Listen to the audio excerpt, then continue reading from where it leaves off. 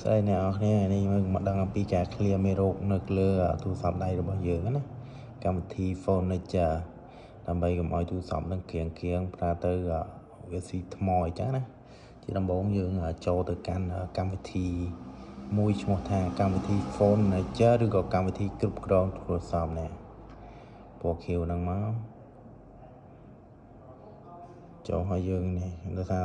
ចូលឲ្យយើងមានពីរជំរើសនេះឲ្យសម្អាតទិន្នន័យឬក៏មេរោគដ៏ហានិភ័យឥឡូវខ្ញុំសម្អាតកន្លែងដែលបន្ទុកទិន្នន័យមានន័យថាកន្លែងហ្នឹងគឺ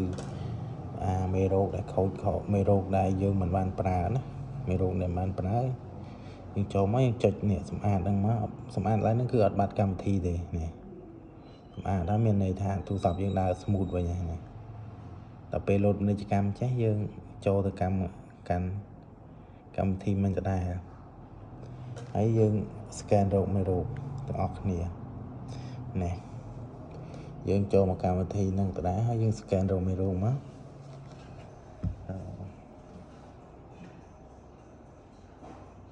scan រោគមេរោគមកបង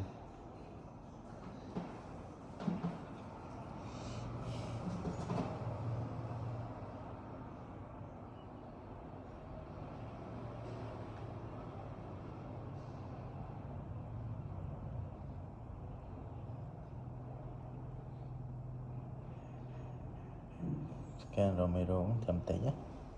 បន្តិចវារោគមេរោគឃើញ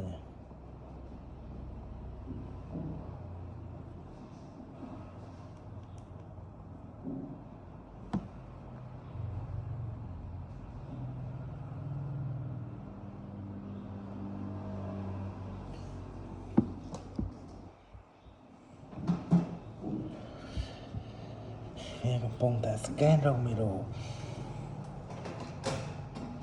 ពេលដែល scan ចប់ហើយយើងឃើញមេរោគយើងលុបវាណាបងប្អូនឥឡូវចាំធ្វើតាមយើងទាំងអស់គ្នាបាទនេះគឺសម្រាប់ទូរស័ព្ទ Oppo យើងណា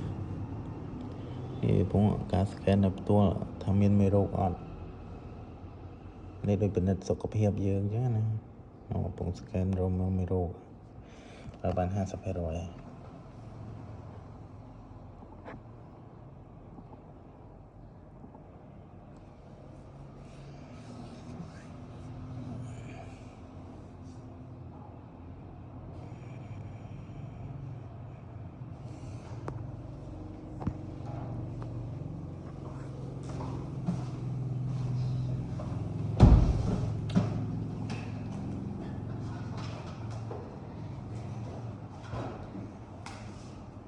អូខេយើង scan ចោលហើយមិនតាមានមេរោគអត់គឺជាស្ដីហ្នឹងគឺ